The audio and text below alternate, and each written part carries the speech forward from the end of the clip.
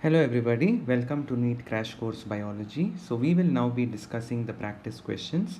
The first chapter we will be dealing with is reproduction in organisms.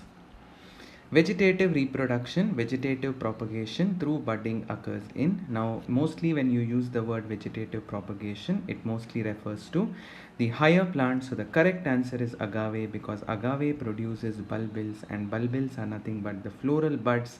It can be considered as a mode of budding. So therefore the correct answer should be agave. So it is option B. The second question says gemme are means of vegetative reproduction in. Now gemme are asexual structure, lens shaped asexual multicellular structures which are found in bryophytes. The best example is Marchantia. Marchantia is a dioecious thallus. There is a separate male and female. So the correct answer is Marchantia. The third question says which root will form a new root. Now basically roots can develop buds on them which can also act as a means of vegetative propagation. So it is seen in both sweet potato as well as dahlia. So roots are capable of reproduction. They are capable of producing new plants. So it is third option. The next question says isogametes are. Iso means alike, similar. So as the name itself indicates, isogametes look exactly alike to each other, and therefore they are morphologically similar gametes. Next question says which of the following is not a type of grafting? Now among all the types, wedge is a type of grafting, whip is a type of grafting, crown grafting, but the last word, that is micropropagation, is another word for plant tissue culture. So it is not a type of vegetative propagation which is artificially done in plants such as grafting. So the answer is micropropagation. So please remember, micropropagation actually refers to plant tissue culture. The next question says girdling cannot be performed in sugarcane. Now girdling is where you remove a strip of bark from a particular from the trunk or the branch of a tree, and along with the bark you are removing the phloem tissue and you are exposing the xylem in the center. This you cannot do in case of sugarcane, because remember sugarcane is a monocot. In monocot stem the vascular bundles are scattered. It has a stele called atactostele. In case of dicot, you know that how the xylem and phloem are present in the central cylinder, but this kind of organization is not seen in monocot stem. That means the vascular bundles are scattered, so you cannot remove a strip of phloem like how you could do in case of a dicot plant. So the correct answer is option A. The next question says potatoes are cultivated by. Now you know that potato is a stem tuber, and you know that there are eyes on the tuber, and those eyes represent the buds on the tuber. So actually you can propagate them by sowing this potato tuber, by placing it or by burying it in the soil, and in no time you will see that new plants start developing from the buds or the eyes which are dormant in the potato tuber. So it is the third option. The next question says the fruiting bodies where asci are produced. Now asci are nothing but cells which bear spores which are called ascospores, and this is found in the class in kingdom Mycota, that is fungi, and asci are specialized cells which are grouped into fruiting bodies which are referred to as ascocarp, and it is seen in a group or division under kingdom Mycota that is called Ascomycetes. So the correct answer is ascocarp. The ninth question says which of the following process ensures continuity of life on earth? Obviously it is reproduction. So reproduction, where the parents produce offsprings which are similar to the parents, and that ensures that there is continuity of species on this planet. The 10th question says which of the following unicellular organism has macronucleus? That means it exhibits nuclear dimorphism. There is one nucleus which is larger in size called macronucleus, whose function is feeding, trophic function, to take care of all the activities of the cell, including the process of digesting the food and its distribution of nutrients, etc. And this cell has another tiny nucleus that is called the micronucleus, which is meant for reproduction, and this is seen in a protozoan which is referred to as paramecium. So all of you please remember that paramecium or slipper animalcule is a protozoan which exhibits two different types of nuclei in its cell. So it is binucleate and it exhibits nuclear dimorphism. Okay. The next question, the 11th question says development of a sporophyte directly from the gametophytic tissue. We had learned this in sexual reproduction. Now, when a sporophytic tissue develops from a haploid tissue of a gametophyte, it is a type of non-recurrent apomixis or non-recurrent agamospermy. And when it is developing from a gametophytic tissue other than the egg, say for example the synergid develops into an embryo or the antipodal develops into an embryo, then it is referred to as apogamy. So please remember the answer here is apogamy because they have generally mentioned gametophytic tissue. If they had mentioned that the egg in the embryo sac or the gametophyte, when it gives rise to an embryo, then we refer to this as haploid parthenogenesis. So remember, both apogamy and haploid parthenogenesis are a type of non-recurrent apomixis or agamospermy, where the embryo sac is developed through meiosis and the cells of the embryo sac develop into the embryo or give rise to the sporophytic tissue, which is sterile because the cells of the embryo sac here are haploid. So the answer is apogamy. 12th question says binary fission. Now the first thing that comes to your mind in binary fission is bacteria. The most primitive form of binary fission is seen in bacteria, correct? How do you define binary fission? Binary fission is where one cell splits into two. So the correct answer is second option. 13th question says air layering or guti. We had discussed air layering where you strip the bark of a branch and then you expose the xylem, the central cylinder, and then you cover it with wet clay. You add auxins as a rooting hormone and you cover it with a polythene bag, and in no time the roots will start appearing. This kind of air layering is very common in lemon. It is routinely carried out in lemon. It is a type of artificial vegetative propagation. Ginger is multiplied by, now ginger, as you all know, ginger is an underground stem. The ginger that we consume, it is referred to as rhizome. So here in the given options, none of them is mentioned as rhizome. So obviously the correct answer would be none of the above. So please remember, ginger is an example for a vegetative propagule that is referred to as rhizome. 15th question says a piece of the plant part. We had discussed about tissue culture. Tissue culture was also referred to as micropropagation. Now for tissue culture, you take a sample of a tissue, a sample of a part of a plant to propagate it, and this part of a plant that is propagated through tissue culture is referred to as explant. So the correct answer to the question is explant. So now we have completed the questions from reproduction in organisms. Now we are going to move on to the next chapter, that is sexual reproduction in flowering plants.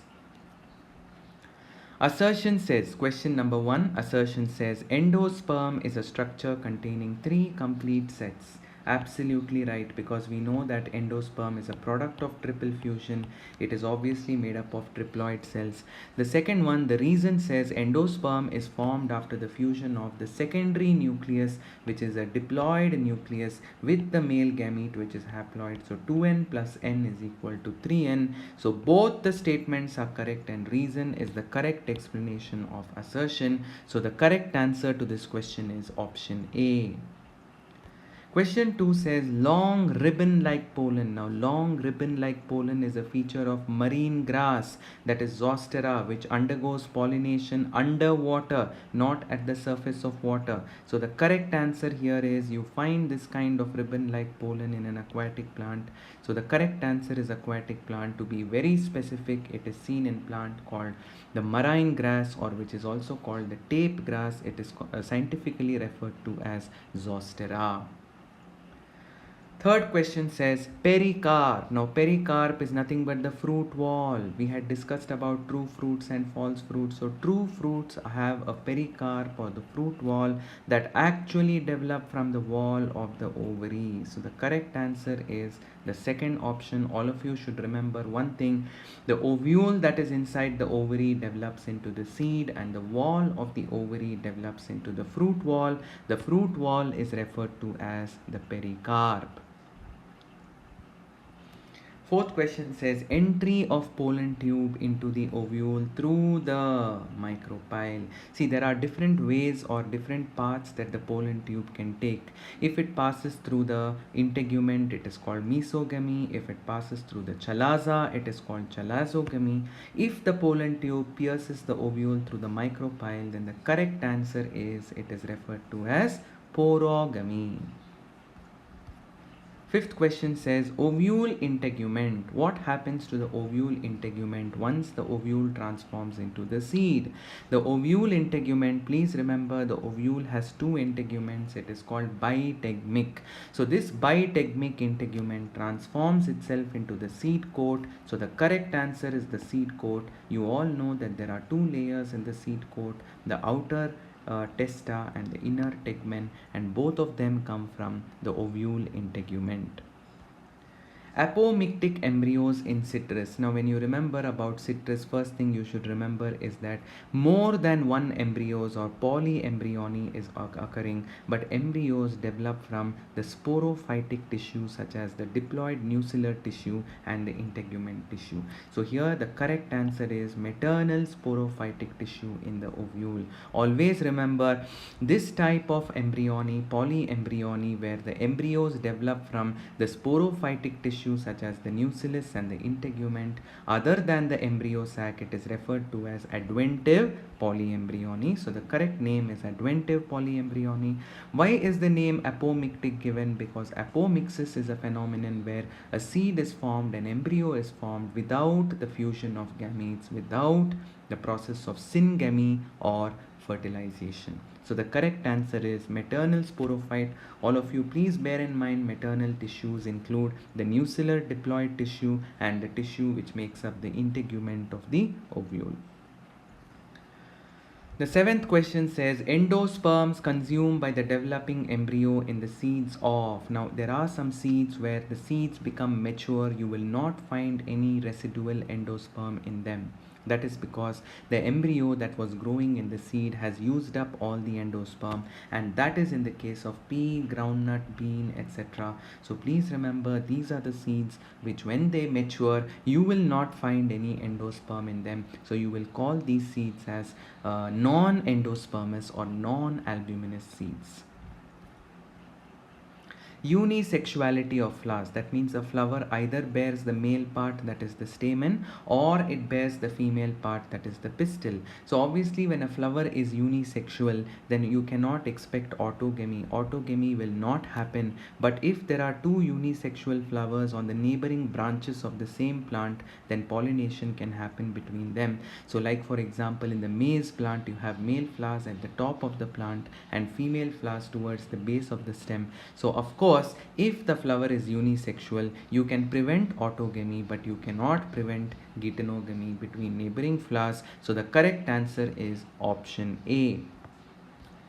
What does the filiform? The question 9 says filiform apparatus. All of you please remember filiform apparatus is our foldings which are found in the cell wall of the synergids. Their main function is to guide the pollen tube from the synergid to the egg. So all of you should remember, sorry, it is not this, it is option A. It helps in the entry of the pollen tube into the synergid. So you all know that the pollen tube is the one that first penetrates into the synergid through the filiform apparatus, and it delivers the male gametes inside the degenerating synergid, which then makes its way into the egg nucleus and the polar nuclei. So the correct answer is it helps in the entry of pollen tube into the synergid. 10th question says the arrangement of the nuclei in a normal embryo sac. So in a normal embryo sac you have 3 antipodals at the chalazal end, so 3 plus 2 polar nuclei at the center in the central cell, so plus 2 plus 3 2 synergids and 1 egg, that is the egg apparatus to the micropyle, that is 3. So it is 3 plus 2 plus 3, which is the correct arrangement of the nuclei in a typical 7-celled 8-nucleate embryo sac. Chiropterophily refers to pollination by bat. So the correct answer is option A. Largest amount of pollen. In which type of pollination do you think largest amount of pollen is carried? That is because why should the plant produce largest amount of pollen? To increase the chances of pollination, and this is seen in anemophily. The kind of pollination that is mediated by wind is referred to as anemophily. So the correct answer is option C. The 13th question says parthenogenesis is a term for. Now, parthenogenesis is actually a term of asexual reproduction. Why do we call it as asexual reproduction? Because even though it may involve gametes, there is no fusion of gametes, there is no zygote formation, there is no two parent involved over here. It is uniparental. So, parthenogenesis is a term that is used for asexual reproduction. I hope you know the meaning of parthenogenesis, where the egg develops into an embryo without fusion with the sperm, without the process of fertilization. Now match the following. Now the first thing that comes to your mind when I say ovule is after fertilization the ovule transforms into a seed. So option A, the first A matches with 3 in the column 2. In column 1, funiculus. Funiculus sometimes may show, the funiculus is the stalk of the ovule, may sometimes show fleshy outgrowths which may cover the seed, like in the case of lychee, like in the case of lychee is the best example actually. Even nutmeg is an example where there's a covering of fleshy tissue called aril on the surface of the seed, and this is nothing but emerging from the funiculus of the ovule after fertilization. Then this should be nucellus. There is a spelling error here. Nucellus, if it remains in the mature seed, then it is referred to as the perisperm. So it is C4, and polar nuclei contribute towards the formation of endosperm. So it is D1. So the correct answer is option C. The number of chromosomes in the endosperm cell is 36. That means 3n is equal to 36. How do we know 3n? Because endosperm is triploid. If 3n is equal to 36, that means n number, haploid number, 3n means 3 sets are there. If 3 sets are 36, then 1 set is equal to 12, and they are asking about the root tip cell. A root tip cell is diploid. So 2n will be equal to 12 plus 12, that is equal to 24. So the correct answer here is 24, because the root tip cell is nothing but a diploid cell. So first you should realize an endosperm cell is triploid, then you should deduce the haploid number, and then you should see which cell are they asking about. Here they are asking about the root tip cell, so it must be diploid. So the answer is 24. So with that we complete sexual reproduction in flowering plants. Now we will move on to the questions from the chapter, that is human reproduction. In human reproduction, the first question says failure of testis to descend in the scrotum. I hope you all are aware that the testis is suspended in the scrotum so that the temperature is maintained about 2 to 2.5 degree lesser than the body temperature, so that normal spermatogenesis can happen. So this, if it fails to happen, it causes a birth defect which is referred to as cryptorchidism, undescended testis or cryptorchidism, which can be surgically corrected, is the correct answer to this question. The second question says mesorchium. Now mesorchium comes into picture in the frogs. In the male frogs, mesorchium is a double folded peritoneum which connects the testis to the kidney, especially with respect to the male frog. So remember, mesorchium is with reference to the male adult male frog, where there is a connection between the testis and the kidney. So the correct answer is option C. Sertoli cells are found. Now where do you find Sertoli cells? Now Sertoli cells are found in the seminiferous tubule, in the germinal epithelium, in the outermost layer, peripheral layer of cells in the germinal epithelium of the seminiferous tubule. So the correct answer is option D. Seminal fluid contains secretion of. Now seminal fluid is nothing but a secretion of all the male accessory sex glands. So if you look at all the options, it is the last option which includes all the male accessory glands, a pair of seminal vesicle, a single prostate gland, and a pair of Cowper or bulbourethral gland. That's why the answer is D. Fifth question says which one is an unpaired gland. Just now we had discussed with you that among all the three accessory glands in the male reproductive system. The unpaired gland is nothing but the prostate gland. So the correct answer is option C, that is the prostate gland. At what speed does a human sperm move in the female reproductive tract? On an average, it is 3 to 5 millimeter per minute. So among the given options, the first option is the correct answer to the speed with which the human sperm travels in the female reproductive tract. The seventh question says acrosome. Acrosome is a sac-like structure sitting in the head of the nucleus above the sitting in the head of the sperm above the nucleus. All of you bear in mind that acrosome contains hydrolytic enzymes in it which will help the sperm penetrate the egg membranes, and this acrosome is derived from the Golgi apparatus of the spermatid. During the transformation of the spermatid to the sperm called spermiogenesis, the Golgi apparatus in the spermatid transforms into the acrosome. So the correct answer is option D. The eighth question says, which of the following is incorrect? Now, among all the important statements, the first statement says the menstrual fluid can clot. Then during menstruation, about 40 ml of blood is lost. The beginning of the cycle is called menarche. At menopause, there is increase in gonadotropic hormone. All except the first statement, because menstrual fluid does not clot.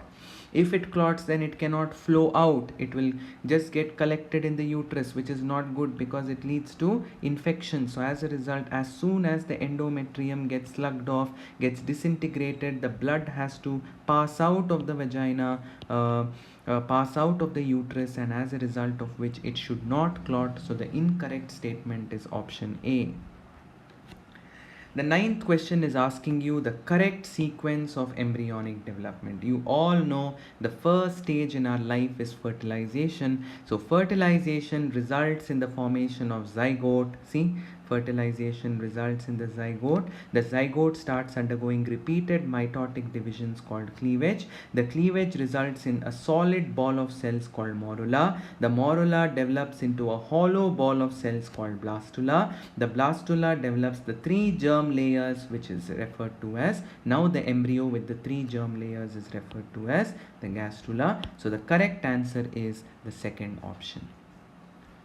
The 10th question says the first movements of the fetus and appearance of the hair on its head is usually observed. This is a factual question. It is observed during the 5th month of pregnancy.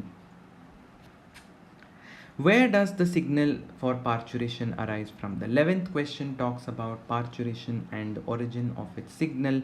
All of you please remember, for the fetal ejection reflex to be originated, there should be a fully developed fetus as well as the mature placenta, which triggers mild uterine contractions, isn't it? So it is option C, which is the correct answer for this question. The 12th question says the main function of fimbriae. Now fimbriae are finger-like projections which are present along the free margins of the first part of the fallopian tube, which is referred to as the infundibulum. What is the job of the fimbriae? It is to pick up the egg that is released by the ovary during ovulation. So the correct answer is the last option. It helps in collection of the ovum after ovulation. The principal tailpiece of the human sperm, all of you should remember that the human sperm in the tail region consists of a backbone which is called the axial filament, which is nothing but having a flagellar core, and the flagellar core, as you all know, has a typical 9 peripheral microtubule doublets plus 2 central microtubule singlet arrangement. So 9 plus 2 classical arrangement can be seen in the axial filament of the human sperm tail. Okay. Menstrual flow occurs due to the lack of. Now obviously during menstrual flow, you can imagine it is because the endometrium has become disintegrated. So they're asking what causes the disintegration of the endometrium. The correct answer is a sudden drop in the level of progesterone. I hope you all remember this sudden drop of progesterone level is due to the death of the corpus luteum during the last few days of the menstrual cycle because fertilization or conception did not happen. The 15th question is vasa efferentia. Vasa efferentia connects the testis with the epididymis. To be very precise, the vasa efferentia are the ones which are found between the reti testis and the epididymis. So they deliver the sperm from the reti testis, which is a network of tubules which is located in the mediastinum testis, and that is the structure which delivers the sperm from the rete testis to the epididymis. But here they have just mentioned testis with epididymis, so that is the correct answer. So now the last chapter in this set, that is reproductive health. The first question says the pills mostly used for birth control, which are contraceptive pills. As you all are aware, pills employ both estrogen and progestogen. Sometimes they may include estrogen alone, sometimes it may include progestogen alone, or it may be progestogen estrogen combinations. So in this case, according to the given options, 1 and 2 are both correct because the pills may contain a combination of progestogen and estrogen. Condom is a safeguard against infections of, it actually protects a person from all the sexually transmitted diseases, so it is all of these. What is the correct surgical method for preventing pregnancy in which the vas deferens is cut? That means they are talking about the terminal method of contraception or sterilization, which is usually done on male body because vas deferens is cut and tied. So the correct answer is vasectomy. So remember, vasectomy is the terminal method of contraception in case of males. The fourth question says identify the odd one. Now how do we identify the odd one? Walt is a mechanical barrier. Periodic abstinence is a natural method of contraception. IUD is a mechanical device, and diaphragm is a mechanical barrier again. So the odd one out among all the following is the periodic abstinence, because this is not a mechanical device or a barrier method of family planning method or a contraception. This is a natural or a traditional method of contraception, so it is option B. The fifth question is asking us, according to 2011 census, which state has the highest density? So as per the 2011 census, it was identified that Bihar has the highest number of people per square kilometer, and that means it has the highest density of population in our country.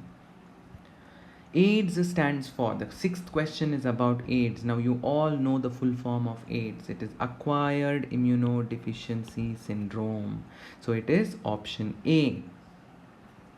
In India, the seventh question says, in India, human population is higher because number of age group, the people in the younger age group are more higher. Now this is because we have a short lifespan and we have a very high birth rate, and as a result of which we are producing more number of children who will very soon be in the younger age group people. Okay? And also the older age group is being eliminated because of a shorter lifespan. So the option B is the correct answer. Study of human population is referred to as demography. A very simple question. Medical termination of pregnancy is permitted up to, there is no limit to medical termination of pregnancy, because when it comes to saving the life of the mother, at any point if the doctor deems that there is something wrong with the pregnancy and immediately it has to be terminated, of course it is safe up to the second trimester, but here they are talking about the permission. Of course, when the situation demands and when the mother's life is in question, it can be extended up to the third trimester. There is no periodic limit for medical termination of pregnancy. So the correct answer is up to the third trimester.